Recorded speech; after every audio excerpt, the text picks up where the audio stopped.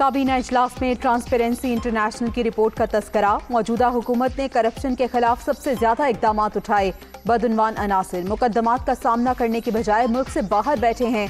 मुकदमात के गैर जरूरी इल्तवा के लिए बहाने भी बनाए जा रहे हैं। वजीर आज़म का इजहार ख्याल, केसेस को जल्द मंतकी अंजाम तक पहुँचाने के लिए मौसर पैरवी का फैसला।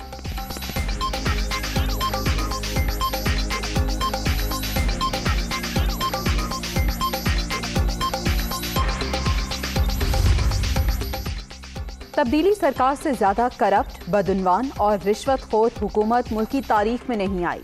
3 साल के दौरान हर शोबे में तनज़्ज़ुली, सिर्फ चोरी और लूट मार में तरक्की हुई। इमरान माफिया ने दीदा दलेरी से अवाम की जेबें खाली की। मरियम नवाज का ट्वीट।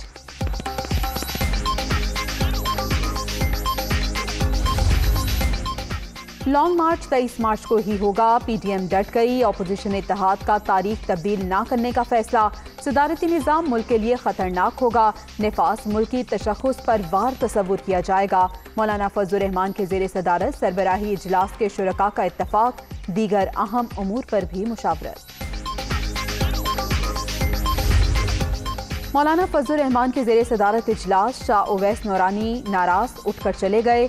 किन सिफारिशात पर इत्तफाक हुआ? सहाफ़ी का सवाल। किसी तजवीज़ पर अमल नहीं हो रहा, मेरी तो बारी भी नहीं आई। जेयूपी रहनुमा का जवाब।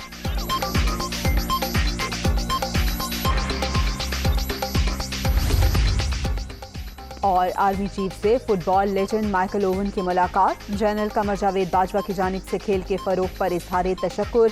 पाकिस्तान में फुटबॉल के बुनियादी ढांचे की तश्कील के लिए दौरा खुशाइंद करार।